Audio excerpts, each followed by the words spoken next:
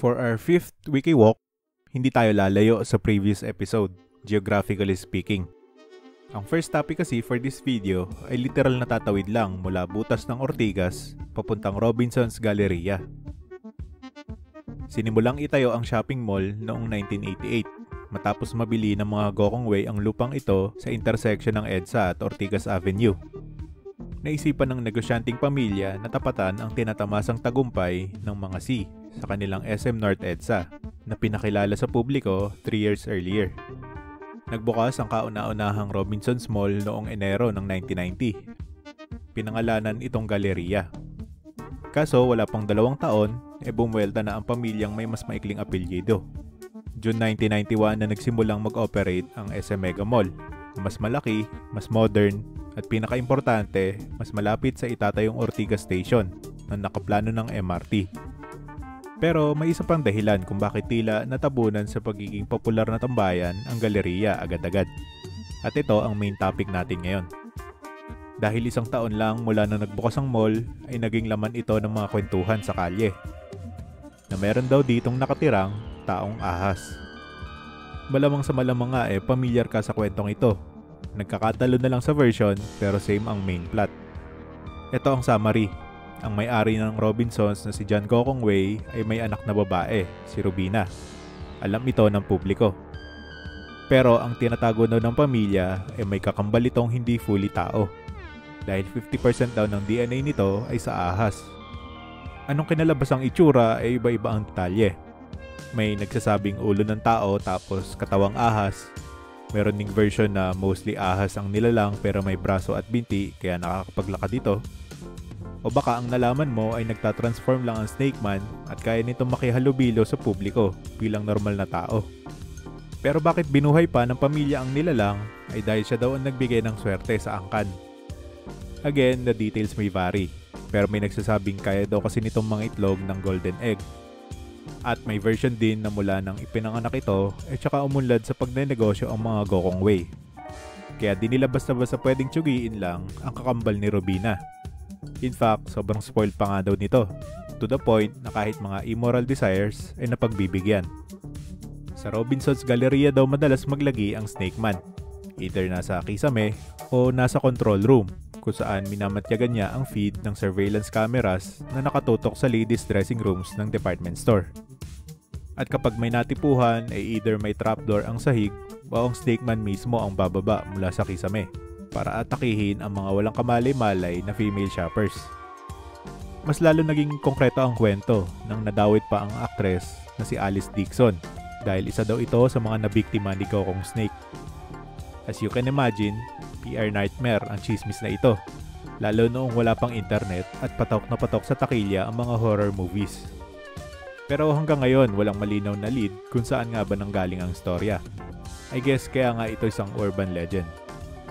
In any case, matagal nang pinabulaanan ng Gokongwei family at maging ni Alice Dixon ang kwento ng Snake Man, kahit ano pang pilit ng lola mo. I mean, di na naman siguro natin kailangang pag-usapan ang siyensya kung bakit imposibleng magkaroon ng half-man half-snake na nilalang. At nitong nagdaang dekada, in-embrace na ng mga Gokongwei, especially na Rubina ang Snake Man memes. In fact, noong 2018 nagkaroon pa ng ad campaign ng mall featuring, you guessed it, Alice Dixon, making fun of the urban legend.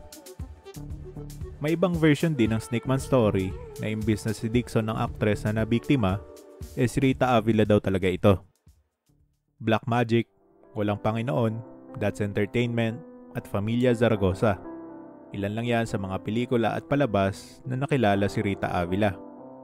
Pero bukod sa pagiging isa sa mga batikang aktres ng bansa, ay alam mo bang isa ring published author itong si Miss Rita? Ang pinakauna niyang nailimbag ay ang 8 Ways to Comfort with Grace, isang autobiography na tungkol sa pagkawala ng kanyang baby ilang linggo lang pagkapanganak nito. Ang libro ay nakarating pa kay Pope Francis at nakatanggap ng sulat si Rita mula sa Vatican Secretariat of State bilang pasasalamat. Sa ngayon ay nakapaglabas pa ng ilang libro ang aktres. May mga children's books at romance novel. At umaacting pa din siya sa TV at may mga ilang pelikula. Isa pang pinagbidahan ng aktres noong 80s ay ang horror flick na Hiwaga sa Balete Drive. Directed by Peque Gallaga at Lorenzo A. Reyes, ang 1988 film ay base sa isa ring persistent na urban legends ng bansa. Ayon kasi sa mga kwento, ang Balete Drive daw ay pinamamahayan ng isang kaperosa o white lady.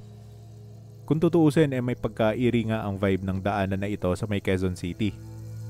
Maraming puno sa sidewalk at ang mga bahay na nakapwesto dito ay yung mga old-style mansions na staple sa mga classic thriller films. Not to mention, ang pinagkuhanan ng pangalan ng kalsada ay ang puno ng Balete, na kung titingnan ng litrato, para talagang gagalaw dis oras ng gabi. Mahilig daw maki-joyride ang babaeng nakaputi, kaya ang madalas na source ng mga kwentong kababalaghan ay mga taxi drivers na napapadaan dito tuwing hating gabi. Ang hiwaga sa Balete Drive ay nirelease ng production company na Seiko Films. Tanong, related ba ang Seiko Films sa Seiko Watch at Seiko Wallet? Ang wallet na maswerte? Well, one of two lang. Dahil ang Seiko Watch ay parte ng Seiko Group Corporation ng Japan. This leaves us with the wallet. Turns out, ang may-ari ng Seiko Films na nakilala sa kanilang mga adult-only movies noong 90s at 2000s at ang Seiko Wallets na may genuine leather ay iisa. So, which came first? Interesting story na galing mismo kay Robitan, ang nagtayo ng Seiko Films. Ang nauna ay ang wallet. Actually, ang kanyang ama nagtayo ng business na ito. Nagsimula ang lahat ng niregaluhan daw ng kanyang ina ng Seiko Watch ang asawa. Agad-agad ay nanalo ito sa sweepstakes ng 100,000 pesos. At ito ang kanyang ginamit para pasimulan ang leather venture. Kaya parehas ang naging thinking ni Robitan nang itinayo niya ang film studio noong 1981.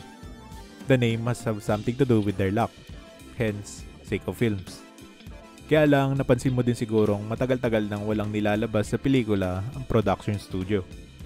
Ito ay dahil noong 2007 ay sinuspinde ito ng MTRCB after years of producing movies with mature content. After nito ay nag-focus na lang sa pitaka si Tan. Sa kanya rin naman kasi pinamana ng ama ang kumpanya. Pero bago nakilala sa mga erotic films noong 90s, is action genre talaga nagsimula ang Seiko. Isa sa pinaka-notable ay ang 1989 movie na Ang Lihim ng Golden Buddha, starring Gestoni Alarcon.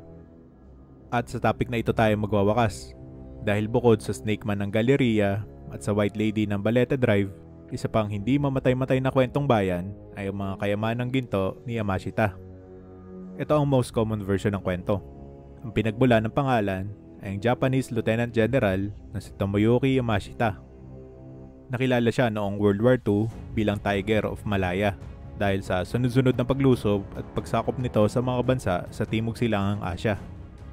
At sa bawat bansa ay hindi raw pwedeng walang silang kunin ng mga mamahaling kagamitan tulad ng alahas o rebulto. At dahil ito na yung tail end ng World War II, ay ang naging last stop ni Yamashita along with its treasures ay ang Pilipinas. At tila tinanggap na agad ng general na fighting a losing battle na ang bansa at siya ay dadakipin at ipapapatay agad-agad. Kaya naman daw naisipan nitong itago na lang sa mga kuweba at kabundukan ang mga nakalimbat ng ginto at gemstones para hindi mabawi sa Japan. Kaya ever since, sa damakmak na amateur Indiana Jones ang sumubok hanapin ang mga kayamanang ito sa kahit saang sulok ng bansa. Malamang sa malamang nga may kamag-anakan kang nagtangkang hanapin din ito noon at umuwing bigo. Ilang eksperto na rin ang pinapabulaanan ang kwentong ito.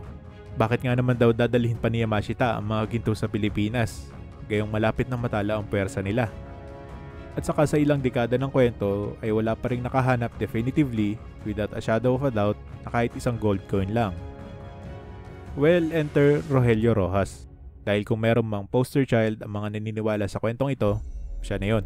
In fact, yung 1989 Seiko film ay tungkol sa kanya. Si Rojas kasi ay may photo evidence ng di umano actual na Golden Buddha ni Yamashita. Ang nagturo daw sa kanya kung saan nakatago ito ay isang mismong sundalong Hapon na tinulungan niya noon. So what's the catch? Ano nangyari sa mga kayamanang ito?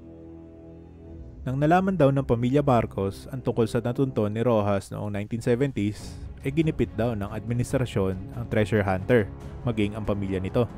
Hanggang sa nakulimbat na nga ng diktador ang Golden Buddha.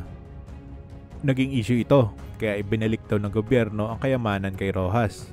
Pero ayon sa kanya, peki na ang ibinalik. As you can see, bakal lang ito na pininturahan ng ginto at di daw natatanggal ang ulo compared sa nakuha niya sa kuweba. Kung kaya umabot pa sa korte ng Hawaii ang conflict. Ang condensed version ng verdict ay nanalo sila Roxas at kailangan silang bayaran ng pamilya Marcos, pero binawi ito later on due to lack of evidence. Ending, walang nakuhang compensation ang mga Roxas mula sa diktador. Namatay si Rogelio noong 1993. Si Apo naman natigok years before that. Kaya hanggang ngayon ay isang malaking misteryo pa rin sa iilan ang Yamashita's treasure. Ito ang kagandahan ng mga urban legends. Pure entertainment. Nakakaaliw pag-usapan at pag-isipan. Basta hinay-hinay lang lagi sa pagsasaliksik sa mga ito. Baka ka maligaw.